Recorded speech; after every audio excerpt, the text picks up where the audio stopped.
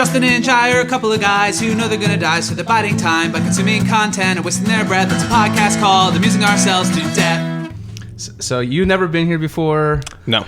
So I did. It's Honestly, I was thinking about... You're about as prepared as Mark Maron right now. No, I was thinking about this whole thing and why how are you you're here? going to introduce me. Yeah. And I was like, what are they going to say? Every other guest they have is like, he's a comedian. Mm-hmm. This is a famous writer. All this stuff. And they're like, famous. This is like a dude that texts me every Monday when our podcast comes out and Our has first notes fan about on it. the show. I Evan wrote Hipszer in down the house. and I'm going to look at this. I'm going to tie it into the show. Mm-hmm. If I had to be Guy Patterson meeting what's his last name? Del Paxton. Del Paxton. You are my biggest fan. It's part of the show. Yeah, it's like the very meta right there. What is this? A Dan Harmon show? Oh. On that note. Welcome to Amusing Ourselves to Death, a show about content and mainly movies. We do TV every now and then. We've done some video games. One day we'll do books. One day. But not today is not that day. Turns out books take a while. Mm-hmm. We have Books aren't a thing you could do in a day unless you have a speed reading ability. If you're Steven Soderbergh, have you guys seen his media list he releases every year? He puts out everything he watched or read that of the previous year around early January. And it's not really clear, but apparently he just reads like one book a day, you know. So What does he do for a living yeah, now? he's a film director. Well, fucking how does he have time to do that? Is he just reading while I directing? don't think he has kids, so that's another thing. So. Oh yeah, well, Good. yeah, good on him. Good on him. That's the end of everything. Mm-hmm. Well, welcome to the show. My name's Jai Peck. I am Spartacus, and my co-host. I am Justin Passano, and I am I don't know. Reference. I might that much thing like you the do. bass player in this movie, leave halfway through. No, done before. So yeah, no, I don't have a thing. I don't have an I am Spartacus. That's fine. I now feel bad. You'll think of one. I'm Justin Passano, and I am dying. I was dying for the past 3 days. I'm a little sick. I think I got what Jaya had a couple episodes Something was ago. going around the Lehigh Valley, that's for sure. yeah. We're just the United States of America. Yes, it's a plague rocking the nation, much like the Wonders rocked the nation back in the 70s? 60s. 64, I think they reference. Yeah. And the one person, if I'm at 6 o'clock, directly to my 12 o'clock, and to Jaya's, if I'm 6 o'clock, Jaya would be, I guess, 9 o'clock. He's on my left. He's right in front of you. He'd still be, all right, so at high noon we have Jaya. Introduce. Our guest, fan of the show, Evan Hipszer. Yes, thank you. Welcome. No credits. No credit. You have nothing to plug at the end? Nope, nothing to plug. Wow. Well, we'll see. You might come up with something by the end. We might get him on like the next Power Hour team or something. Yeah. This is really just this is the fan boost. pod. You will leave us something after this episode. Yeah, if you are a fan of the show, you're welcome to come on. I mean, we need the guests. So yeah. My hint on how you get on the show is you pester Jaya every week with a different movie that you have as an idea until one hits, just like today. That's true. And that's how we get on. I do get a text from Evan. We have a group text with him and his brothers where they just kind of criticize the pod or offer nice suggestions on what we could be doing. I've been better. told they're helpful notes. Helpful I've yet to notes. hear one. Yeah. Which is fine. We don't need to get into that now. But that's what I've been told. They're helpful notes. I've not heard a single one of these pitches. Just to let you know, he at one point was just like, "Hey, Evan wants to do that thing you do." I'm like, "I love that movie. Let's do it." Yeah. So you ignored Pitch Perfect. I haven't seen Oh, it. that's a good pitch. Yeah, Pitch Perfect. I got some hot takes. Could say it's a Pitch perfect pitch. Mighty Ducks. There's like Oh my God, there's Mighty a Ducks. synergy between those two that I think I could make. But Well, another episode. We Another can have day. you back. Well, today we're doing the Tom Hanks directorial debut, and also written by Tom Hanks. That Thing You Do, 1996. 96. Really? Yeah. Wow. yeah, Damn. Doesn't feel that long ago. You love this movie. That's why you wanted to come on and talk about it. I do. It's one of those. I don't know. I haven't seen it actually in I think a bunch of years. I know it's always on TV, but I just watched it again this week. But it's one of those. The song used to be on my iPod, so that would come up every once in a while, and I don't even know what caused me to have it. I actually YouTubed specifically, and I do want to talk about it, when their song is released on the radio the first time, because I love that scene. Yeah. And then that's what sparked me to text Jai about it and then go from there. That's great. Have you ever heard the Newfound Glory cover of it? No. It's like a pop punk cover of it. I heard that before I watched the movie. Interesting. They released an EP called From the Screen to Your Stereo, where they only covered like movie soundtracks. So they do the Goonies theme song. They do the Titanic one. But then that's on there, and I was like, oh, this is a banging song, and I was like, oh, what movie is this? And then I finally watched it. I think it was like maybe 16 or 17 when I finally saw this movie. Yeah, this was the first time I'd seen it. I watched it yesterday for the first time. Enjoyed it for the most part. I have some qualms, some issues, but we'll get into that later. Yeah, we'll get into that. Before we deep dive into this movie, do we want to do our amusing aperitifs? Do we have anything for this week? Or I have something briefly. I have something brief as well. Yeah. Do you want to... I've just been rewatching Community from the very beginning, which... I've had a hard time getting into like more recent like comedy shows or sitcoms, and mainly it could be maybe just like a character issue, or even just like kind of realizing like this was a show that was like kind of airing right after college, and it was kind of a maybe somewhat like tough time for me, but it was like a show that I found a lot of comfort in. Tough time in college? A little bit, you know. Yeah, I think we all had. I had a tough time in college. It's all tough in the past, but it's all fine now, or it'll be fine in the future. No, we're adults and well balanced, and everything's fine. Mm-hmm. But I just kind of marvel. I just enjoy being with these characters again, and just how almost flawless season 2 is. I'm in the middle right now. Yeah, I just watched the Troy turns 21 episode. They all take him out to the bar, which takes kind of like a melancholy turn towards the end. So this was a show I used to go to our mutual friend Alex Clayton's house like every Thursday night. Even when I was living in Bethlehem, I would drive like an hour to Lansdale, or even when he lived in Pennsburg, and just we'd watch like the NBC lineup of like 2 hours of The Office and 30 Rock and Parks and Rec. When NBC had like a really good. That was a hell of a lineup, back in 2009, 2010. All the shows that the NBC, their most popular shows that they would just trying to kill constantly. Yeah. We gotta get rid of these. People like these. Not enough people like these. Yeah. Let's just replace them with the Olympics for 7 weeks. Yeah, it's like the golden age of television. Just put Jay Leno on now. Yeah. So that's what I really got. I've just been rewatching that. I got the Blu-ray box set, complete series. The Blu-ray. So just enjoying watching that without the commercial breaks, and pitch perfect quality. Well done. Ooh, all right. So, yeah, very good. Yeah. How about you, Justin? I finished Succession season 2 the other night. I kind of knew what was going to happen in the last 10 minutes. Well, I shouldn't say that. It's what I hoped would happen happened. And that usually doesn't happen for me in an HBO show. And I literally... A big oh shit moment. Yeah, I had my arms up in the air, and I was alone, and I had no one to talk to about it. Yeah, that was great. Yeah, it's just really solid, and I'm very excited for season 3. Yeah, just the way season 2 ends off, it's like, wow, this show is really... I can't think of a moment that is... It doesn't work for me in that show. All the family stuff, and I've been singing its praises to everybody. So thank you for getting me into it. Sure, yeah. We've had some fun talks definitely. In our group chats about Succession. The morning after. Yes. Yeah, I think they left it in a really interesting place where, like, you know, obviously it's all family. So even after the events of the season 2 finale, they're still going to find ways for them to all be in a room together. Yeah. You know. As you know, life is just a series of rooms. It's just a series of rooms. That's what I like about it, is like they can't really get away from each other. It's like they're going to have to deal with this at one point. And then just the last shot of the episode of Logan. You mean L to the OG? L to the OG. L to the OG, motherfucker. Make some noise. Oh, my God.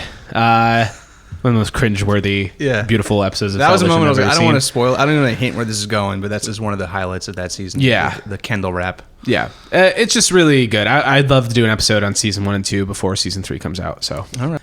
Evan, you've been consuming content? So, as a fan of the show, I've been prepping all week for this, and I think I have to talk about The Bachelor. So The Bachelor, yeah, the reality TV show. Of course. Okay, great. So I don't know when this is going to air, but while we're taping, Peter, the new pilot Pete, his season just started on Monday, so it was a 3-hour episode. You talk about a commitment. His season. So you mean, is there a different Bachelor every season? Yes. So So Pilot different Pete is the Bachelor. current Bachelor. So important news and why I wanted to talk about this is the way you consume content with The Bachelor is it's like its own universe that you need to live in. Like, Justin, you're a wrestling fan, right? Yeah. Do you watch like Monday, like WWE, No. or you're all indie stuff? All indie stuff. Usually, just at this point, I only see it live. Okay. Yeah. So I watch some AEW. But. Yep. So you're a little different than how I'm a wrestling fan, but it's kind of funny. I almost never watch wrestling. I'm a fan because you can follow it without ever actually watching. The whole content, the whole wrestling itself is secondary to the podcast and cage side seats and all this other talk that you can have about it, and like the minutia behind the scenes, what's they're thinking for their thought process. And that's sort of like The Bachelor too. Yeah. The Bachelor, the actual show, is secondary because they've built this whole universe. So how you were talking, Pilot Pete was on the Bachelorette season from the season before. That Bachelorette was from the Bachelor the season before. And then there's also Bachelor in Paradise. There's all these other shows. So it's this like tight-knit little universe. They're all dating each other. You have to follow it all around. You follow on Instagram. You have to follow on Twitter. So like the actual show itself almost doesn't matter in comparison to everything else that's happening. So that's why that and wrestling, those are my things where it's like I don't actually watch these things, but they're ever consuming because I got my podcast, I got everything related to them without actually watching. You're living in like the world of the show, even when you're not watching the show. Exactly. Yeah, it's like you're at a ball game, but you can just like, you don't have to be there. You can look at the stats and just kind of like just see all the behind the scenes stuff going on and the trades and all that stuff. I'm not a huge baseball guy, but not anymore. But I see what you mean. You can just drop in and be like, oh, I'll catch it tonight maybe, but then it's like you'd still absorb it without having to actually watch it. Yeah, that's fun. Yeah, it's one of those like you guys would probably hate my way when I was listening to your like top 19 of 2019. There was like things I hadn't watched. I was like, oh, I'll just Wikipedia it, and then that will get it. And I know you'll be like, that's absolutely not how to get it, but that's how I do it, and that's how I'm like, oh yeah, I know what that is. Yeah. So. Yeah, you can still keep up if you're at a cocktail party or a function of some sort and be able to talk about, the events of the show. Yeah. You guys see that movie Long Shot with Charlize Theron and Seth Rogen? No, I read about it on Wikipedia. Yeah, there's a line where it's like, she's like, oh yeah, I've seen, she literally says like, oh yeah, I haven't seen Game of Thrones, but I've read every single Wikipedia synopsis of every episode, so I know exactly what happens. Yeah. Just so they can keep up in the conversation. My friends Matt and Andrew, they have a video game channel where it's kind of like a lot of people have it now. It's I guess on Twitch, and they do it on YouTube. So you just watch them play video games, and then at one point Matt asked Andrew, he's like, "Oh, I forget which game they were talking about. Did you ever end up playing this?" He's like, "Yeah." He's like, "Well, did you really play it?" He's like, "Well, no, I watched somebody play it." And it's like it's not the same thing, but it's hold it in your whatever. hands. You didn't make decisions for your character. Video games are practically movies now anyway. Yeah. They're just pain simulators. So it's like if you can just watch somebody else experience the pain and you just get the pleasure, that's fine, It's all about avoiding that pain and seeking out that pleasure. So is The Bachelor like American Idol, in which I feel like it never ends, or like a roller derby season? So we're in yes. It takes like 1 month off, Like basketball? like basketball. Yeah. So this is season 39, I think, and like I think 26 or something of those numbers have been Bachelor, and then the rest are Bachelorette. And then you're talking like 5 seasons of Bachelor in Paradise, and another there was Bachelor Pad before that, and then they did a Winter Games. They're literally it goes almost year round. Like it hasn't been on since September, I think, but then it will go for the rest of the year until September. It will go Bachelor right into Bachelorette, right into Bachelor in Paradise. Nice. Okay, that's just cool. So you get your Bachelor fix. It's decidedly not cool, but I appreciate that you. Hey, you know what? It's good to have a thing. It's good to have a thing, and reality TV is what it is. Whatever. I think there's something in there for everybody, and because it's so. It used to just be Survivor. Yeah, and now it's like I was in college. I was a big fan. The house I lived in, the house was so full of people. We watched the show Kid Nation every week. It aired on CBS, I believe, and it was just about like these like 25 kids having to build a house in the middle of nowhere, kind of exploiting like labor laws. But like hey, we got cameras on them, and you get to know all the kids' lives. And that was the last show I actually kind of watched, like in a religious fervor. So. A religious fervor. Religious fervor. It was like moving plans around. We're not gonna. Yeah, we're gonna bow down to the television, basically worship in front of that screen. It hooks you in. Yeah, you can't turn that screen off. So yeah, cool. All right. Should we then crack open that thing you do then? Crack it open, baby. All right, here we go. Wait, what do you got? We got 2 different seltzers. I have a La Croix. La Croix. What flavor? Sparkling water, Raz cranberry. It's a little bit of Raz. With 2 Z's. Ooh. What do you got? I got a Wegmans sparkling water, black cherry vanilla. I want to say that I don't know if they're rebranding because of the whole was this got roach cum in it or something. 0% calories, 0% sweetener, 0% sodium equals innocent is what mine says. That's awesome. They're just trying to win it back. It has something to do with roaches. There's some kind of roach in here in the quad. They had a little controversy a few months back. Whatever. Well, it's like hot dogs. The government says you can have like 10% like rat feces in hot dogs. It's fine. Yeah, it's fine. It's fine. It's fine. It's just Read the Jungle by Upton Sinclair. Yeah. Okay, we are officially into that thing you do. We talked a little bit about how you came across it. Yep. what was your experience the first time you saw this movie? I don't remember the actual first time, but I remember like when we were probably like 8th grade, like 12, 13, something like that, when we first got HBO, and they used to just play certain movies from like 9 a.m. till 5 a.m. or 5 p.m. So I remember summertime, that being one of those movies, and just watching it like 4 straight times in a row. Yeah. So anytime it was on, if I saw it, that was definitely one that I was watching. So that's more what I connect to. Like watching it back, I was like, wow, I know every one of these lines. And it was like kind of embarrassing, but that's definitely where my love for it came. Yeah. I had the same experience. I don't know. I think when you're younger, especially, you find these movies where you'll watch it. You can't watch it enough. I had that same experience with Basketball.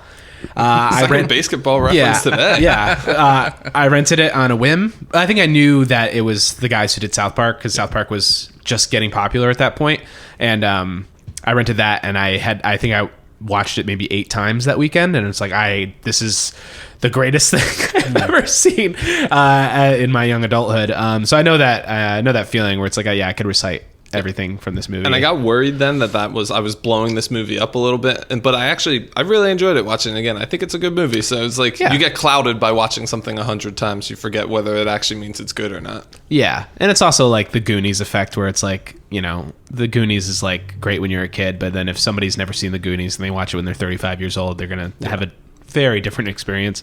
Jaya, that was my experience with Goonies. I saw it when I was like 25, and I was like, what is this? Why are people like, telling you must see the Goonies? You must see the Goonies. You haven't seen the Goonies? Yeah, you haven't seen the Goonies? Like, do you a member of the species? It's fine. It's fine. Yeah. I saw it when I was a kid. I liked it. Yeah. Slick shoes, whatever. Like it's a fun movie. I don't yell at people now, like I used to maybe. How was your experience like yesterday? I enjoyed it. It was. I always love those movies about like the creative process and all the behind the scenes stuff. I didn't quite I put it together till the end. Like, oh, this is about a one-hit wonder band, and even it was Wonders. Like it was slamming me in the head with the right one. In your face. Until you guys are a bunch of one-hit wonders.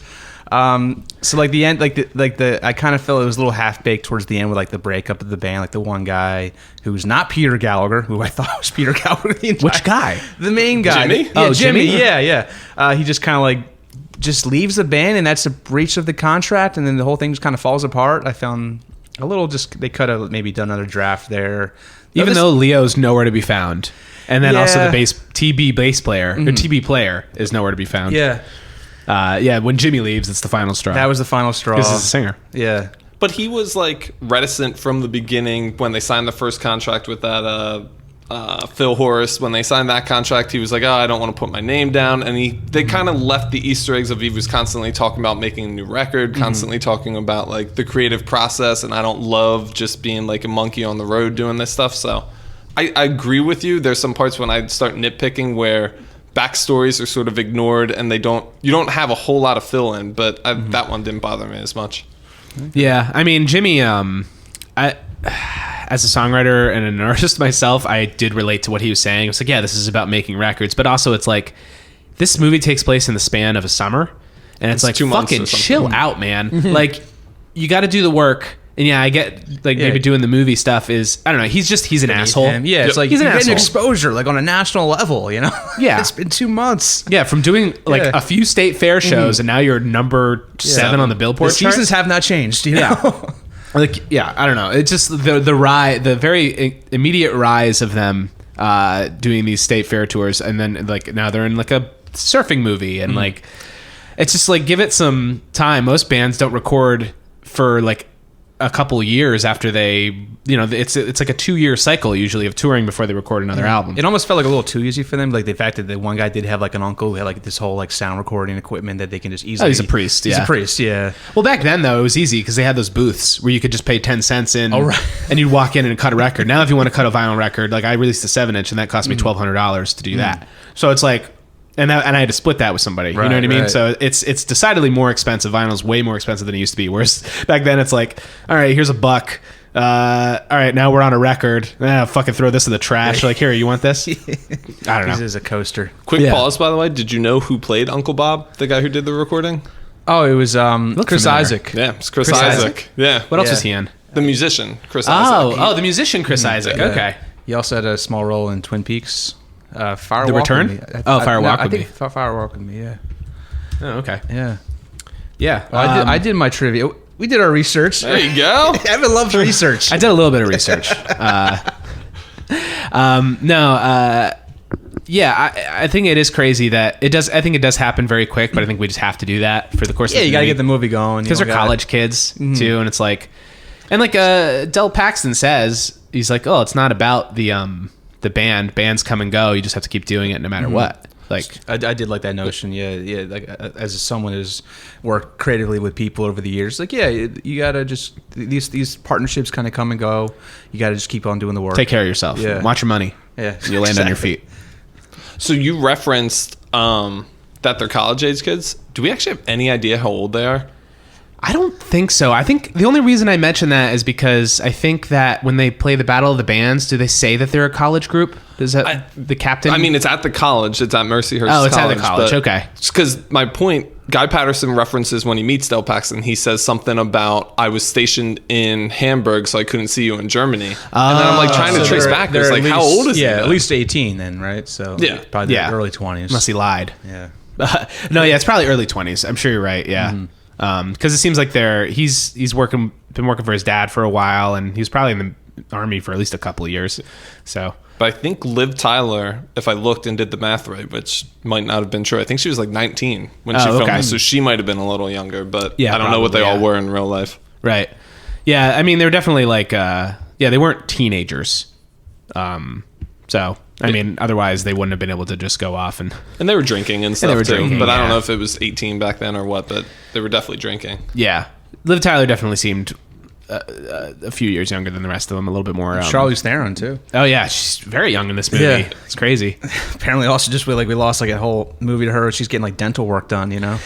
Yeah, was it Lisa Powers? Is her name? Something like that. Tina Powers. Yeah, that whole side plot. It's like, do we need this dentist scene? Yeah, I wonder if that was expanded in the longer edition of the film. I don't know. How did you extend this? Getting a new crown put in. Oh, okay. Yeah, that's what I want to see. The hot dentist. Yeah, the supermodel dentist. But I guess we needed that to have Guy experience the Look like a nice guy. yeah, sort of thing. yeah. Yeah. Which he seems. I don't know. What is everybody's thoughts on Guy? I mean, he's I guess our vessel through this movie. He's the first person we see, really. Yeah, I almost feel like the movie, like, I liked him as a character, but like maybe he didn't completely work as like a protagonist of the film. Like if we had was the other guy, Jimmy, the singer, I think maybe his vantage point of the film could have been born a little more fruit.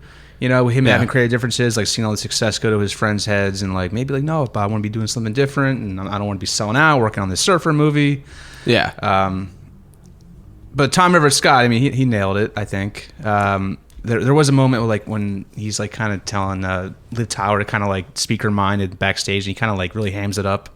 It's is this the breakup scene? Yeah. Everybody, this is Faye's moment. Yeah, that moment. Yeah, I, was like, assumed he was kind of drunk and I don't know. High off the performance. I think he was just more amped up that way. Yeah. That's all he cares about. He's like the one guy who cares just about the music in this movie. Whereas like you got Lenny, who's like kind of into the fame, and Jimmy, who's just into himself. Yep. And then the bass player who's just there.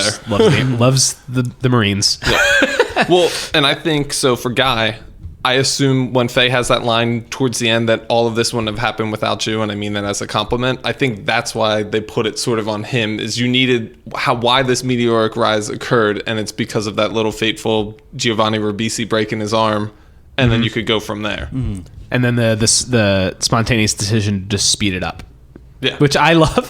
I love this scene because you could see just the looks on their faces. It's kind of campy. There's a lot of campy kind of like hammy stuff in this movie, but when he's speeding it up and Jimmy's like, no, slow down, and they actually start playing it though, and then they cut to everybody's expressions and they're like, oh my god, I'm playing faster. Like the bass player's like just trying to figure it out, like out of control train. I can't control my fingers. it's like, oh my god, what are we doing? And it's like nothing's ever played at this tempo before. But no, I just love the the looks on their faces when they're like, what's happening? This isn't going according to plan. It's funny to me. I've played in bands before, and I've had sets like that where our drummer is a little bit too amped, and plays at about double the speed, and it's like, well, we're going, so this is it. And Yeah, it's you just can't like, just like stop in the middle of the show. Like, no, wait, let's start over. right. Yeah. And it's like punk band, so it's already like fast. So it's like something that's like a 2.5 minute song now becomes a 1.5 minute song, and our singer's just like dead by the end of it. Yeah, it's funny to me. I was very, very relatable. I want to talk about miscasting. Love it. Well, we're already getting to miscasting. Well, the talent agent Phil, the first guy they have, who's living in the Winnebago.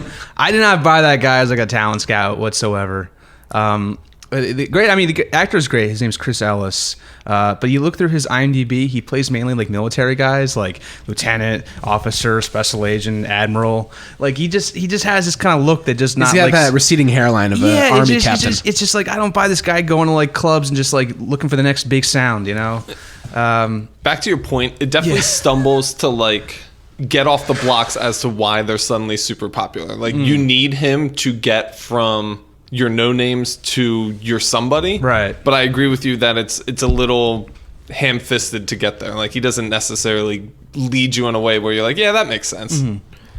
Yeah, I just saw him as like just this grunt like scout for Playtone, where he just like that's all he does is he drives around his Winnebago and he just goes and sees bands live, and he's like, all right, maybe I can sell this to this label, and that's his life.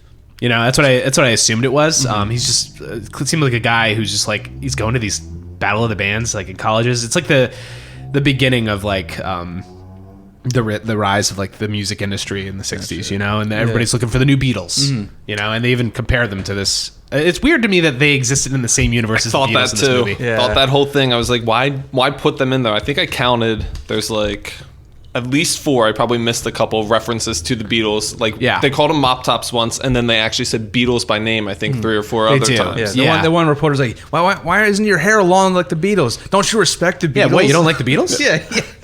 How does that relate to the other? You know? I have a list of references to the Beatles here from Wikipedia that I looked up. Nice. The Wonders references the Beatles' purposeful misspelling of their name. One thing that I didn't know was that thing you do being portrayed as a ballad that was sped up and became a hit. The Beatles' "Please Please Me" started as a ballad that sped it up, and that was the first #1 hit by them.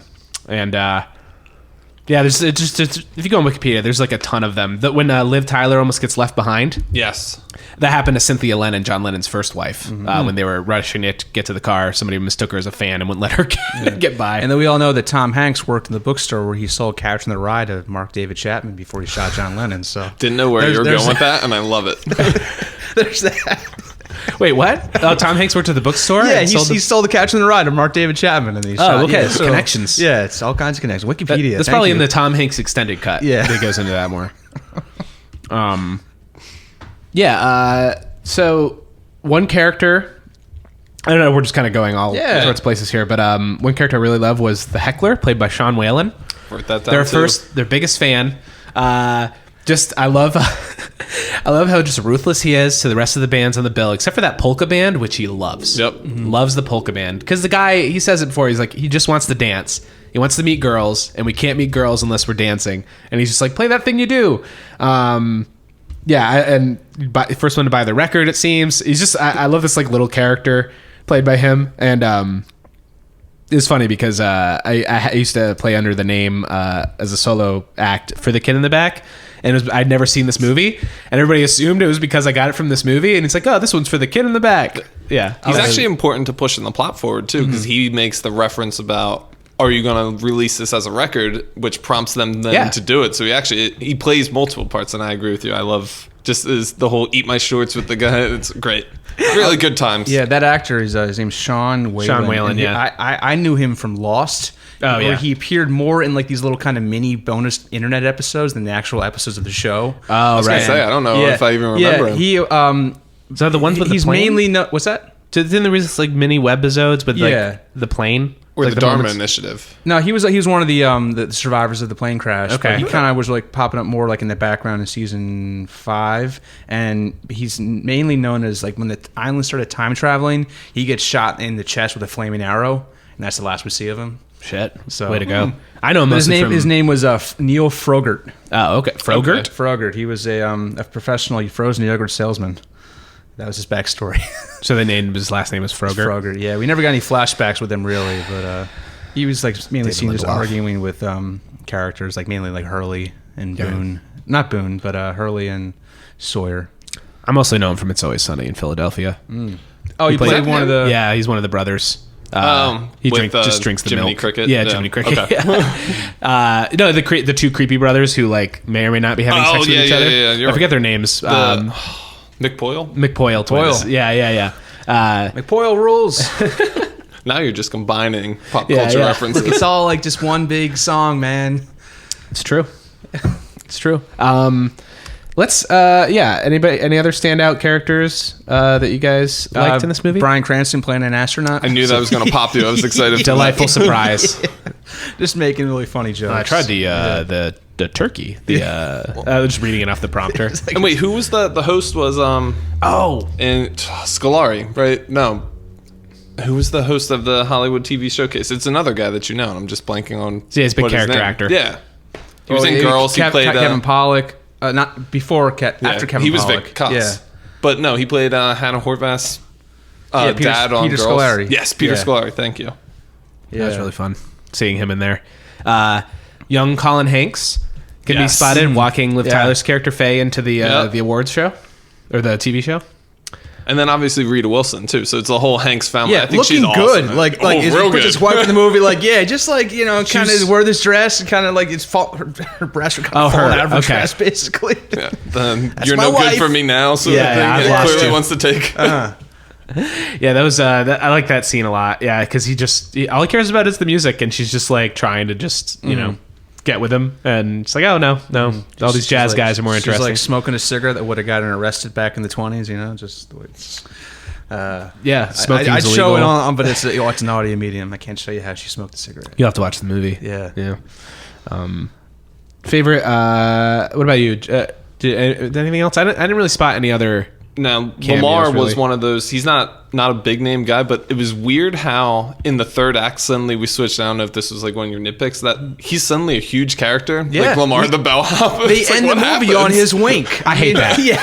Yeah, the fourth wall breaking in there. I didn't remember that. I was like, oh, Me neither. That was not good. I had a feeling as I was watching, I was like, wait, does he do it? No, he doesn't. And then he turns and just winks at the camera, and I was like, you've never seen him for most of this movie. And Right. then, it ends on him? What does that mean? And like he's like sending up chicken soup to Liv Tyler's room, and like he's like the emotional, just like kind of comfort spot. And he makes for the everyone. connection Yeah. apparently between Faye and Guy that they should be together forever. He's like, yeah, I knew that from just getting you cars for a couple of days. He's their cosmic mentor. He's over 50. I guess so, yeah. I don't know. It was weird. I wrote here my last note in all caps was fourth wall break. Yeah.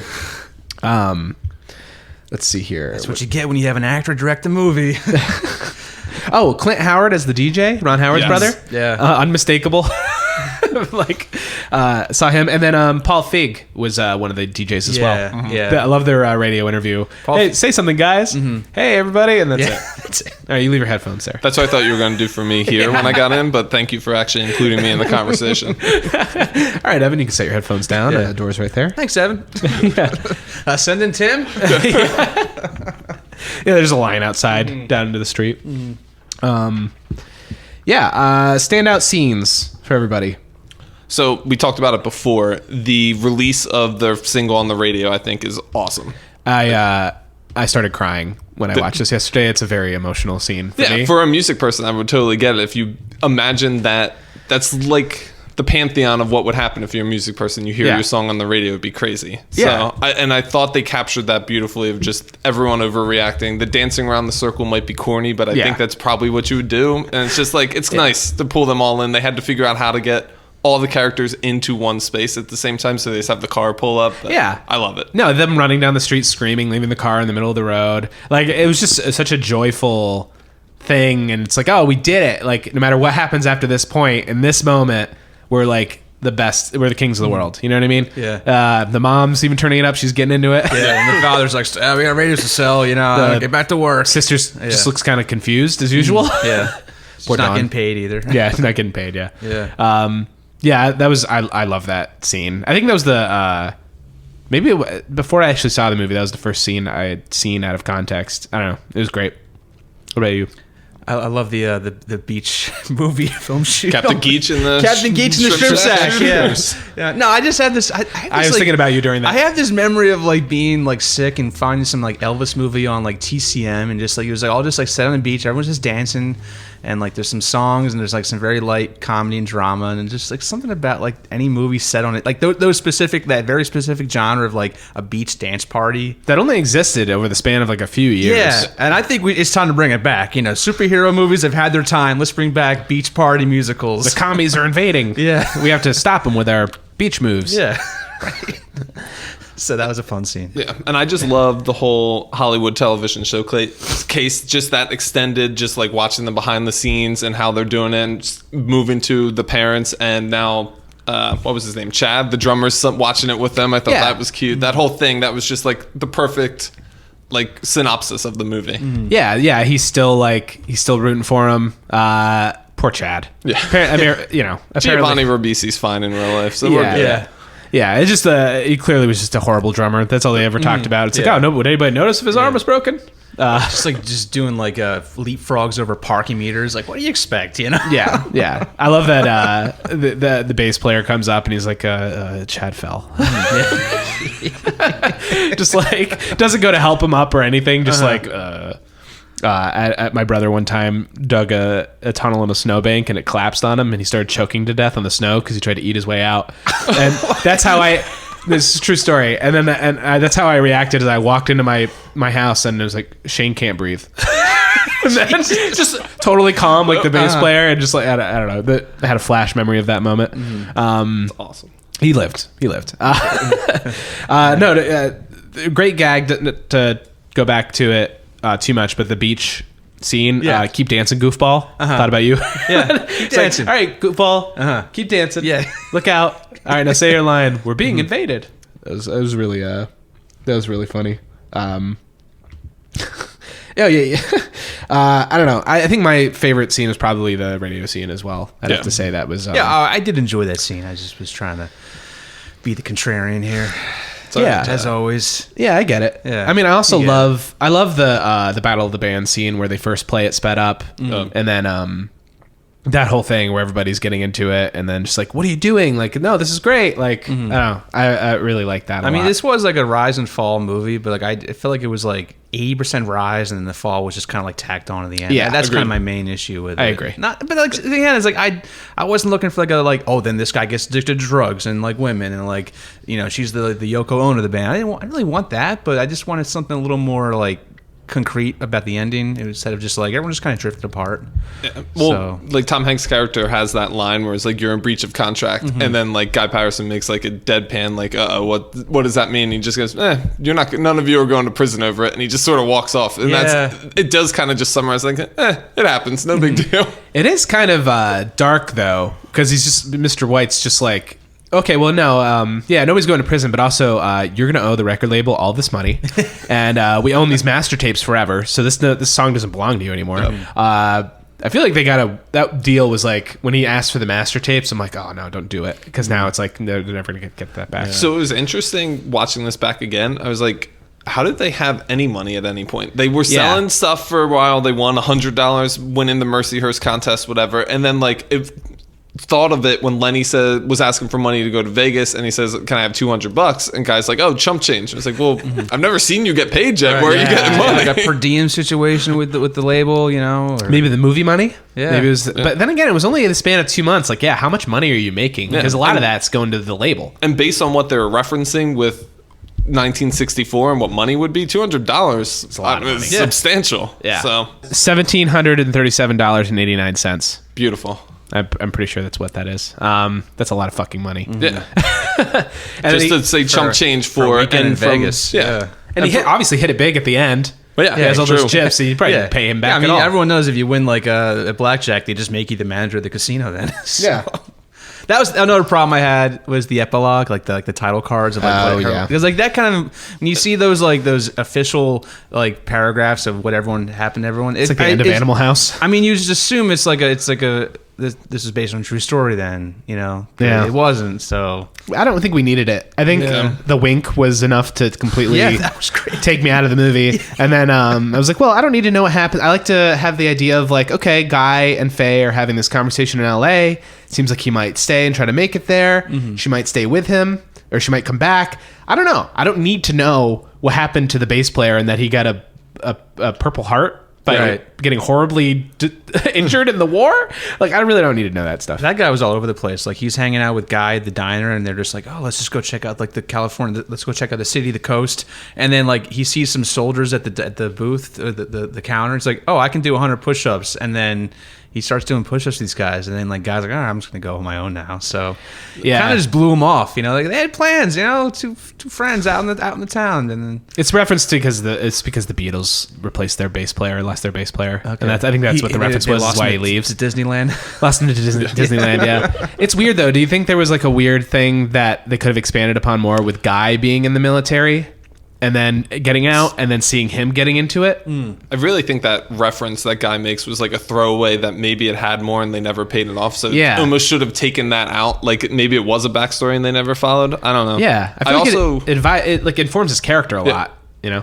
Well, I also thought, and I watched the behind the scenes that was on the DVD too, and I think they mentioned that the bass player was not supposed to be like have any speaking part. That was sort of the joke about it. Like he was not a character, like he was a background thing. And then they liked, it's Ethan Embry, is that the guy's name? Yeah, he's great. Yeah. So they liked him a lot. So they started adding a little bit more and put a little more of a backstory, but then probably didn't have a plan to pay it off completely. Yeah. I like Ethan Embry a lot. He was in what's that record store movie? High Fidelity. Not High Fidelity, the other one. Nick and Nora's Infinite Playlist. No, this is in the 90s. Jurassic Park. No. God damn it. Empire Records. Empire Records. He was great in that. He plays a good, just like, I don't know. He's just that face of just... I just know him from the Showtime original series Brotherhood. That was like it's kind of like the Sopranos ripoff, but with the Irish Mafia in 2006, and he played like a cop basically. He was just trying to get one guy to flip. So Yeah. He was in this show called Freaky Links, which was on for like one season on Fox, like in 2001. They got canceled. It was like a spooky, like Erie, Indiana type show. And most recently, I saw him in a movie where I forget the title of it, but he plays the son of this guy. He puts his dad in a retirement home, and then there's his dad's like a blind ex military like vet, and there's a werewolf in the retirement home, and this That took a turn. Yeah, he's got to like fight this werewolf in the retirement home, and Ethan Embry plays his son. It's a great movie. It's on Netflix. It's called Full Moon or something. It's great. we'll be covering that next week. Yeah, a grizzled old blind man fighting a werewolf. It's kind of it's interesting. We're like, this is about a band that's a one-hit wonder, and like the main cast in this movie also they never really popped or made it big, really, beyond like the supporting cast, like Liv Tyler and Charlize Theron. And it can't really count Tom Hanks because he was already a legend at that point. Yeah. But Steve Zahn? Steve Zahn, he had a little run. He had a star Saving role. Silverman. What was the Martin Lawrence movie that he was with too? Big Mama? No. Blue Streak? Where they're both cops. He was Steve Zahn was a cop. Martin Lawrence was a security guard. I'll look it up. Was that Wilderness, the Untamed Wilderness movie, the documentary thing where they're trying to find Sasquatch? Forget the name of it. There's a legendary clip of him narrating a shark and just making fun of a shark. If you look it up on YouTube, it's very funny. But Steve, I don't know. I've always liked Steve Zahn. I really liked him in the show Treme. He played like a musician there, and he kind of owned. Did he own a record store? But he was in the music. He was like kind of like a big fan of music and trying to keep the spirit of New Orleans alive after a hurricane. The hurricane. Katrina, yeah. That sounds good. Yeah. Have you seen Treme? No. You'd like it. Well, I feel like he does comedy very well, but he also can do sincere, serious stuff as well. Yeah. I feel like he doesn't get his shot. I mean, is he like that in Treme? Where He does have moments dramatic? of like real sincerity and like drama where he's like, watching like this city kind of just die off in a way, or just like really struggle. And then, but he also is kind of like plays like, the comic relief in that show. So. Yeah. It was National Security. National Security. And one follow-up, Steve Zahn, I was talking to a buddy at work that I was going to be taping this podcast. Unbeknownst to me, somebody that I work with, not like I don't directly interact, but we have in the past, Steve Zahn's sister. Oh. Yeah, had no idea. So the buddy that I was talking to about it, his wife is a big fan. She apparently has, I can show you guys the picture afterwards, a autographed t-shirt of That Thing You Do, autographed by Steve Zahn, that they got because of this connection. Oh, that's nice. Yeah. No, cool. little small world for us. Yeah. Yeah. 7 Degrees of Steve Zahn. But yeah, other than those, yeah, not really many people went on to do. Bryan Cranston didn't really do anything after this. Brian who? Yeah, I don't know. Paul Feig didn't really do anything after this. Did the Mr. White references and then seeing Bryan Cranston on the screen really do it for you? Yeah. Ooh, I didn't even make that connection. I kept thinking Reservoir Dogs. Yeah. It's all one song, man. It's all connected. Do you think that I was trying to figure out, like, I feel like maybe I was trying to overanalyze this, but the span of their rise and fall, the colors of their suits. Do you think that was just like a visual gag where Tom Hanks is like, hey, you look good in gold. Ever tell you that? You look good in red. Ever told you that? Because they start out with red, they go to gold, and then they're in black. Were they in green suits at all? Any time? That might have been maybe Green is green. Because green, I could see like at the beginning, like Is they're that still kind of gold like is when raw. they're on TV, and red is when they're in the fair. Yeah. So Tour. Steve Zahn plays. He has the like B side of their song. They have that one other scene. Is that the green suits when maybe. they're in the round? I love that scene too. And then that's I when think they that might be green, they yeah. fly on the plane afterwards. I feel like that might be when it's green. Green Yeah, is familiar. I can't remember, but I didn't know if there was any significance with the colors. It's And then his interesting. name's Mr. White. Like, if there's a lot of like color stuff going on in this movie. I love playing with colors. Yeah, I love playing with colors. Yeah, you just you like love to color it. Get a coloring book, you know? Yeah, you just sit fill down. in all the You ever shapes. color outside the lines? When I feel adventurous, hell Okay, yeah. all right. Well, don't get too crazy. Yeah. But yeah, I didn't know if that. I was trying to think, Yeah. but then I couldn't really connect it. I was like, eh. The only thing I could see is like gold, because I think maybe they were wearing gold when they were on TV, but this like, oh, this is more about the wealth now, and then the black was like more towards the end. Yep. But Black is death. black is death. White too, but White is the absence of color, whereas black is all the colors mixed together. there was a famous trilogy called the Three Colors Trilogy by this Polish filmmaker, Kieslowski. And it's like, there's a movie called Red, a movie called Blue, a movie called White, and like the entire color schemes of these movies are respected to the title of the film, and it kind of reflects the character's emotions. And it's something that they don't really do. It was kind of a bit of a gimmick, but also just like, I wish they would do this with like seasons of television where like, this is like the green season, it's our first season, and this is like the red season, our passion season, or just instead of like all our shows just kind of look the same, they're just they're lit the same, and they're just it'd be really cool if someone just committed to like, I'm doing 13 episodes and it's all gonna be all purple, or it's all gonna be all orange. They were making it was in like the Transformers movie. They're like orange movies. Yeah, they have like that. They're all tint to them. Like all movie posters are like blue, gold, and Yeah. orange, basically. Yeah, So, yeah, it's interesting, and it's all a marketing thing. The Yeah. way our brain chemicals. I'm sure some and scientists neurons like, fire. yes, the human eyeball just responds to these colors a Yeah. lot more than. Yeah, well, I mean, it's a scientific fact. Like, if you put somebody in an orange or red room, that incites anger and hostility. I mean, speaking of Colin and Hanks, hunger, yeah, and hunger. Colin Hanks. You ever see Fargo, the TV show? Yes, And that like was he incredible. gets posed that one question, it was like, why does the human eyeball see like more shades of green than any other color? Oh, interesting. And it's just because like as we were growing up in the jungle, like our earlier version of our species was like in the jungle, we would have to differentiate between like different shades of green to see through the forest for predators. So like that's why we can like detect more colors of green than any other color, because like we lived in the forest. Oh. So to try to find food or an enemy, it's a lot easier if you know what was exactly green, what wasn't. Well, speaking of colors, Colin Hanks in Orange County. Orange County, You would say that Love it. something with the Hanks and colors. I also read somewhere, I don't know how true it is, that the sky's actually purple, but the way our eyes filter light, we see it as a blue. I don't know. It was on the internet. It's true. Yeah, if it's on the internet, it's true. So we brought up Mr. White a little bit ago, and one, I wanted to talk about that character, but we were talking about the extended version that apparently exists that neither of us watched. But Yeah. from reading, I think, and this was sort of weird to me when I was watching it, Mr. White and Faye's relationship, like he's kind of was like, why is he taking such a liking to her? But apparently there's a scene that implies that Mr. White is gay. Oh. And they have like his partner, I think, I'm almost positive, played by Howie Long, the football player. Ah. So they just have like him show up. So it's like, oh, that's interesting. And then obviously that's cut and you don't have that part of the backstory, but that's in the extended version. Yeah, because he does seem kind of invested in their relationship and him just being like, hey, so how long have you guys been together? And it seems like he was trying to hopefully get Guy and Faye to be together. Yeah, that might have been Tom Hanks writing the movie, so he made his character look very sympathetic and nice, but I don't know.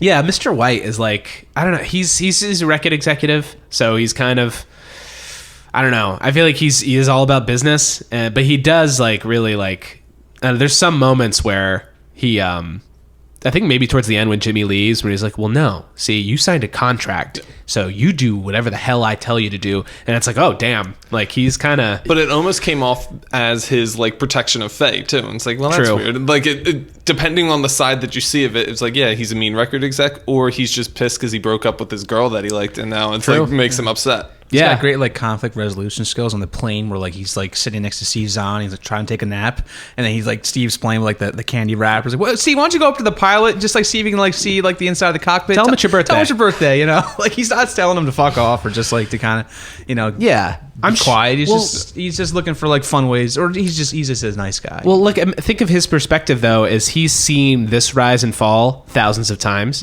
Like that whole State Fair tour is pretty sad. It's like they're on this bill with like all these other the Playtone superstars, and it seems like everybody else is like in the twilight of their career. Power of the galaxy of Playtone. Yeah, it's like when he says like, yeah, we're gonna put you on a State Fair tour, and they're like, wow, really? And it's like, to me, that would be a fucking nightmare. It's like everybody's just eating chicken and just watching you outside. It's like, first of all, outside shows sound terrible, and the idea of playing a fair, like more than one fair back to back, sounds just sad. Yeah. I don't know. It's weird. Were fairs a thing back in 1964? Yeah, I don't maybe they think were a any of us bigger can thing. reference. Yeah. Yeah, I don't know. Now every fair I've been to in my lifetime has a sad undertone to it, but also maybe Music that's fest, me hello. projecting. Yeah, that's not even a fair. That's a festival. Yeah, that's just like I'm talking about. It's a big commercial for like Air Products and Peeps. I'm talking about you.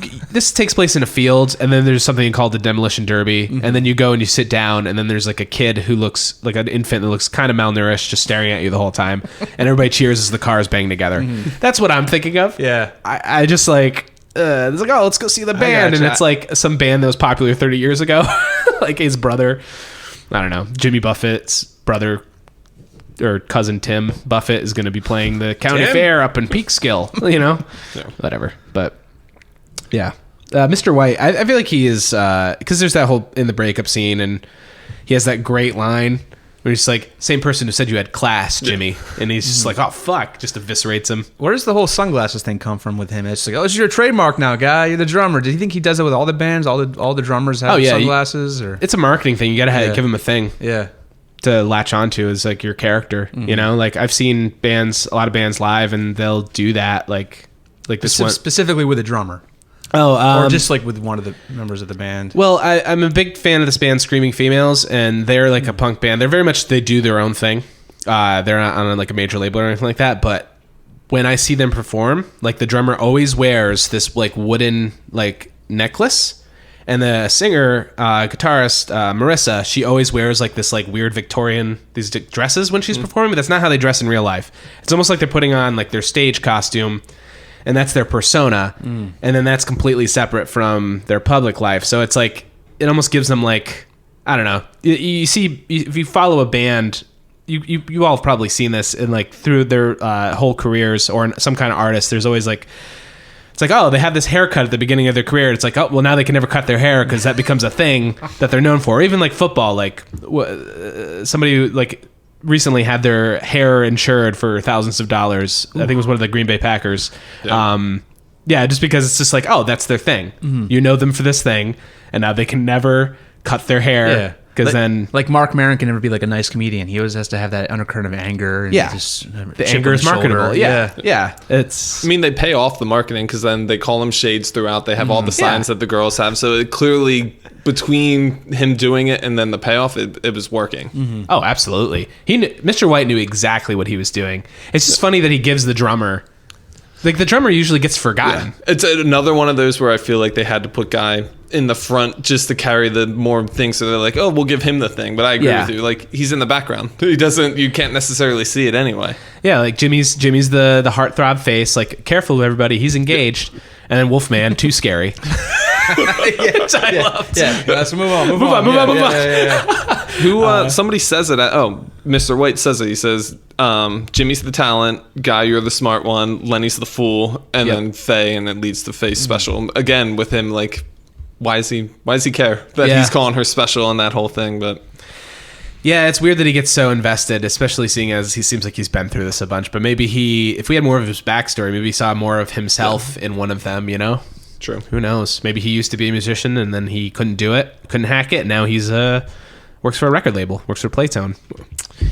I don't know. We'll never know because, well, when they remake this in 10 years, we'll know. We'll get to it, yeah. Can we talk about the Guy and Faye getting together at the end and how corny it is? Yes, I hate let's it. please let's get into it. The whole movie is so good, and then I'll give it a little bit of credit. She mentions kisses and like their importance to her throughout the movie. So I was like, all right, at least there's a line that they follow through, because she says when she breaks up with Jimmy, "I've wasted thousands and thousands of kisses on you," whatever. I do love that line, actually. Yeah. But the line of when's the last time you've been good and kissed is awful. I hate it. And then she's thinking It like ruins the whole movie. she gives him like a real answer, you know, like it almost would have been like better if like he just like kissed her right then instead of just like, "Whoa, it was actually this guy a couple years ago." Or if she was like, "Oh, it was Jimmy like Thursday." Yeah. Remember that dude in your band? Remember Thursday? It was actually Mr. White.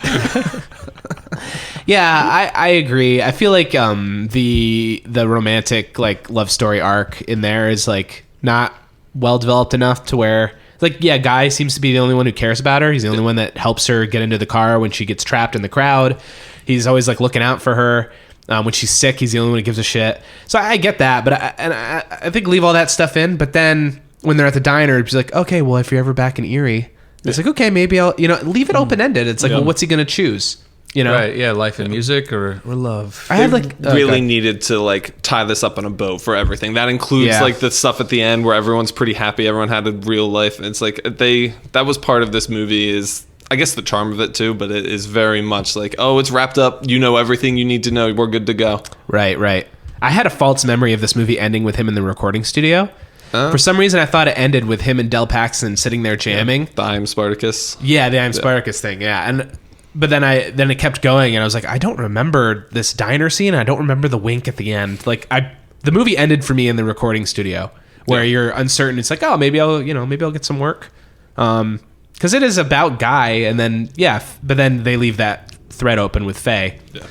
They could have just said like, oh yeah, she went back home. Yeah. I will say, 13-year-old me, biggest crush on Faye. Like that, she's like the perfect version of the girl. She's like perfect throughout, like very innocent, very nice, very simple, but like she's great in Empire Records too. Liv Tyler kills it in this movie. She just has that innocence of that, just like, I'm with you all the way. She's like, I don't know, the moments where all the girls are looking at Jimmy and then it cuts to her in the audience, she's like, yeah, but he's mine. It's like she's still like so excited for him. And I don't know. You feel like that moment of tension where she gets left behind briefly when they're all trying to get to the limo through all the throng of fans, and like, no, I'm with the band, and almost like if they left her behind, it would have been a whole different movie then, Yeah. But that was a good moment. Yeah, it was. Yeah, she's definitely a part of the heart of this movie. I like Liv Tyler.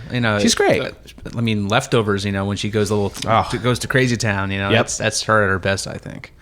She's like I said, Empire Records. She's great in with Ethan Embry. Yep. She plays a really good character in that, and Lord of the Rings, of course, is she's good in that. She's been pretty decent in everything I've seen her in. Armageddon. I was gonna say Armageddon. Come on now. Yeah. Let's see here. That Playtone Records is also Playtone is now the name of Tom Hanks' like production company. Oh, really? Yeah, all the movies he puts out, like that he produces. It's called Playtone, so they got the name from the movie. So what? If we're gonna talk about like what got him this movie, I guess we mentioned he was already a legend when this movie started. I think. Forrest Gump, Apollo 13, Philadelphia was like right before this. Well, he references, I think, in like the IMDb trivia or something, that he wrote this while doing press for Forrest Gump because he just needed like a release. So it was just something where he was doing nonstop press, one of those things, writing it. And I guess, he probably had enough panache at this point where they're like, yeah, go ahead. Yeah, he was on the top of his game right then. Like, why this story though? Did they get into that at all? No. Like, was he a Beatles fan, or was he just like, maybe he was in like a stressed place with Forrest Gump? He's like, I just need to write something happy with a bow on it. Yeah, they said like watching the behind the scenes thing, they didn't really even get into why this story. I think it was just something that he had and just enjoyed. They did talk about like how much fun it was to make, and that was all the scenes they were talking about, but I don't recall them ever talking about the details. You guys play a lot of pranks on set? How do you balance work and family? Yeah. Yeah, I mean, he's only directed 2 movies, this and Larry Crown back in 2011. So maybe it's just like something he's just been like, you're on a film set, you kind of know how it's done. Maybe he just was just trying to work a new muscle, but apparently it's just not one that he works that often. So It's just an interesting story to write.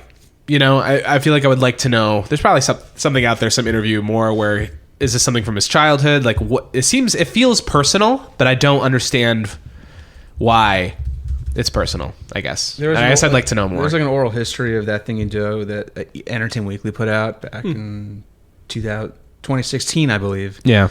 And even then, it's just like, this was fun. Tom Hanks directing. Yeah. There's something darker here that I want to know more about. He's avoiding the topic. Yeah, I thought it'd be a fun thing, and it's like, it's not. Yeah, you don't hear like, oh, he was in a band growing up, and maybe they or his made it. Or buddy was in a band, or his brother was, or somebody. Like he's clearly he's never done anything else like music related, right? In his movies. Yeah, I don't think so. He's never played like a band person, or he played the clamshell xylophone in Castaway. Remember that, the musical number with him and Wilson? Just that's true. Boink, you know, boink, boink, boink. That's all I need. That's all I need. Let's see here. I had a couple other like notes, mostly like gag stuff that I wanted to bring up. Goofs and gags. Goofs and gags. Yeah. The Sal guy, the most disgusting sandwich eating scene I've ever seen. The mustard just on the like up to basically his like eyelid. It's like way up his face. It's like, how did he get mustard? It's like a face mask of mustard. It's like, what a scumbag. Now, those pizzas in that restaurant look pretty good. Those look great by the airport. Can I tell you that? Yeah, Villapiano's, yeah. A personal story of when I played an Italian restaurant? Yeah. Okay. This will be brief. My friend Chris and we played a show in Ogdensburg, New York. We got invited to, we used to book bands in my basement, and this one band, Snake Blood Drinker, invited us to play out there. This will tell you where the story's going. It's like, it's a spaghetti restaurant. I forget what the name of it was. Maybe Da Vinci's. It's like, you get I imagine it was going to be like that, where it's like everybody's sitting down eating spaghetti. But it was more like a bar that served Italian food. But the evening, it was a formative evening. I remember I played, and then as I was playing, they had a projector behind me with Wii bowling set up. The Wii was out, and it was a new thing. Like early mid-2000s? Yeah, so people were just playing Wii bowling while I was playing my set. A very drunk man put his arm around me, and then I have a photo of it, and kept trying to do something. I don't know, he's so drunk he couldn't even talk. So I just kept playing my song, and then these 2 girls thought I was Jonah Hill. So they kept trying to get me to yell, "Where have you seen my wiener?" from that movie with Justin Superbad. Long. Oh no! The college Admission. movie. And, something like that. Undergrads or anyway, try looking it up. No, when Superbad came out, my life changed. Where everybody for a brief 5-year period thought I was Jonah Hill. Accepted. Thank you. And then there was a whole story of my friend Chris. He got really drunk and then disappeared into the night, and then we all thought he was dead. So that was my experience playing an Italian restaurant. So never play a restaurant. This scene went decidedly way better. They got free pizza. Sean Whalen stuck around afterwards and gave him the idea for the record. Yep. So they got a bonus. They got a bonus. You know what that is? I have no idea. It's an incentive for you to come back. Just that when the guy shows up at the Battle of the Bands, all these scouts are at the Battle of the Bands, like, I want you to play my restaurant. And it's like, you think it's going to go terribly. I do like that set, though, that does go awful. Yeah, it's a good scene. The mics with were turned on. Vic Koss. The drum, the cymbal falls over. What's his name? Vic the Koss? It was Kevin Pollak's character. Yeah, the boss Vic Koss. It doesn't roll off the tongue that well. No. Boss Vic Koss. That's a weird. They give him like a 2-minute scene to do his like little stand-up thing. I was like, I don't know if I need this. Yeah, it's just like a favor to Kevin Pollak. They just turn the camera on as he's just like kind of warming up, Yeah. doing his like vocal yelling. warm-ups. Yeah. Who am I paying back here? Yeah. A lot of they just keep calling them the Oneaters. They commit to that the whole movie. You think it's going to happen the one time, and then every single time the Oneaters. I also had where Tom, I forget who says it. They caused the worst riot in Texas since Oswald got shot. That's talking about how popular they were. When they played Texas. Yeah. A little gallows humor there. Yeah. It was pretty recent too. This movie it's like in the early 60s. So Yeah, it's pretty recent. And yeah, then 64. So okay, years going by. When that TV show when they're playing the band, America's Bandstand like copy show, there's that like quick thing where it's an ad, Chemstrand, a division of Monsanto. And it's like this horribly like, oh, that's kind of ominous. That's the key to this whole movie, you know. TV is poison. Mm-hmm. That's the image I took, is like, this is the poison to their band. And then the dad, while watching, is eating an entire pie by himself. Yes. Yeah, I thought that was funny. As dads do. Yeah, they did the running gag thing a lot, because you already mentioned the suit thing. They did the gag with him, guy leaving the lights on in the store. Yep. There's something else that just came in my head too. They did that a couple different times where it was just like, oh, we'll keep making the same joke over and over and like string it together. Yeah. I think it informed Guy's character too, because he was just such a flake. Yeah. And all he cared about was drumming. So, one of the things, Jai, I was curious. I remembered how much music was in this thing. Like, not just, I think they said it's like 11 times they play That Thing You Do in some portion, and I think they play it at least twice from start to finish. Right. Yeah, it's Yeah. like, hope you like the song, because you're going to hear it 100 times. But the other stuff, there's like a lot of other music. Like they have Mr. Downtown, they have that Diane Dane sings, they do another Wonder song. They sing at least like 3 or 4 separate songs. It's like, wow, I didn't remember that. I just thought it's literally, we play That Thing You Do from start to finish, like every time in the movie. Yeah, written and performed by Adam Schlesinger, the bassist of Fountains of Wayne. Yeah, which I loved, because talk about a one-hit wonder. I know some people might know more Fountains of Wayne, but most people just know Stacey's mom, and that's it. His mom. She's got it going on, apparently. He's also in a Brooklyn-based synth pop band called Fever High. Song was nominated for an Oscar, and also won a Golden Globe nominee for best song. I mean, how could it not? You know. Yeah, exactly. You built the whole movie around it, and it is one of those where you're like, yeah, I could see that rising up. It's a really catchy song. Yeah, and this guy, I looked at his filmography, and he's done like occasional like composing stuff like that, but most recently the show Crazy Ex-Girlfriend.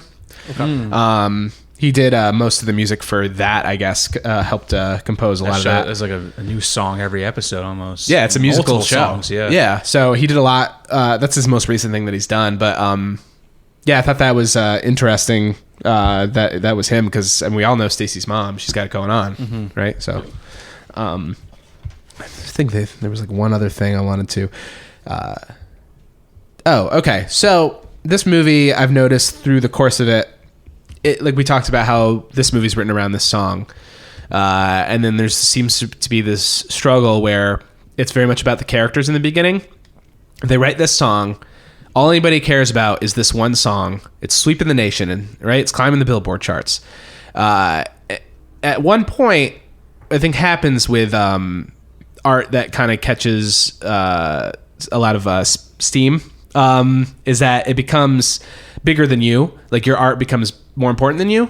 And I feel like in a way the movie does that, where it's like, okay, the band ends, but it doesn't seem to matter because that song is all that matters. And it happens with Jimmy, where it's like, no, this song is making money, and they kind of like, they lose it. So it's like, I think this movie is a lot about like, do we own our own art? Do we have the right to control it once we put it out there? Because once the public consumes it, they decide what they feel about it. And if it blows up like that, it becomes bigger than you, and you're not even like, they don't even know, like, you see them. You talking about like death of the artist, where like not even death, like just like letting go of it. Like, it's like, oh, that's your baby. And now it's like, you can't control how people are going to feel about it. And also it's like, you become less important. Like, who are you? People just know the song. Like, people would know Stacey's mom, but they don't know. A lot of people probably don't know who Fountains of Wayne is. Or Adam Schlesinger, or whatever his name was. Yeah. So I guess the question I'm proposing is, do we have a right to our own art once it's out there and already been judged? Do we have a right to it? Yeah, once it becomes bigger. As artists. Or like, ownership. Yeah. I mean, that's where, like, you know, the whole art and commerce conversation gets a little tricky, where, like, you know, was the art even possible without the business side of it, you know, to produce it and get down the world with the technology you need? Because if they didn't have those 50,000 watts, nobody probably would have heard this song. Right. Yeah, I guess, like, morally it'd be ideal. Like, yeah, if this was an idea that you brought to fruition, even with other people's monies or resources, it still should belong to you. But then that's where things just get complicated, and, like, yeah, a lot. Like even like the Beatles, like didn't they sell their whole filmography to like Michael Jackson or something? They didn't like that? sell it. Michael Jackson They bought it in an auction. bought it, yeah. He like undercut. What's his name? The bass player. Paul. Pete Paul. Best?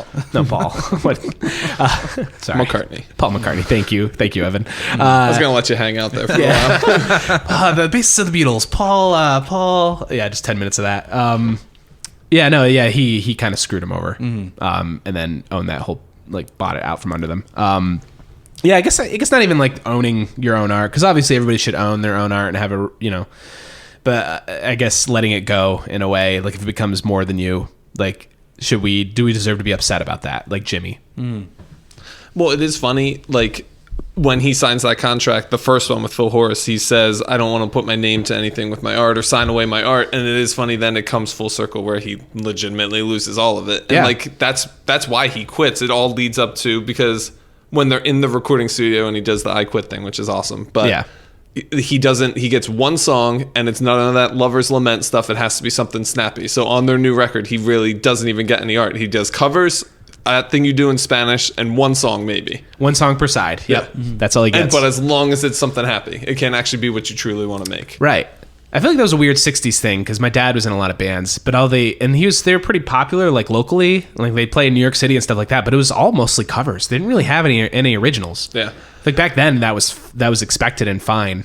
The stuff they were playing at Villa Pianos, like, I don't know the music well enough back then, but the song that they have them playing, is that an original too, or is that just something, like, I was hoping it was a popular song that you kind of got that reference, that, because The when more surfy one that they play before they play that thing it's the slower one that I don't remember. But I know what you mean. But it's one of those where it's like, when they win the Battle of the Bands, they literally have one song on the docket, and then there's next week they're supposed to play Villa Pianos, and I was like, well, I assume they just do covers, but it wasn't clear actually what they did.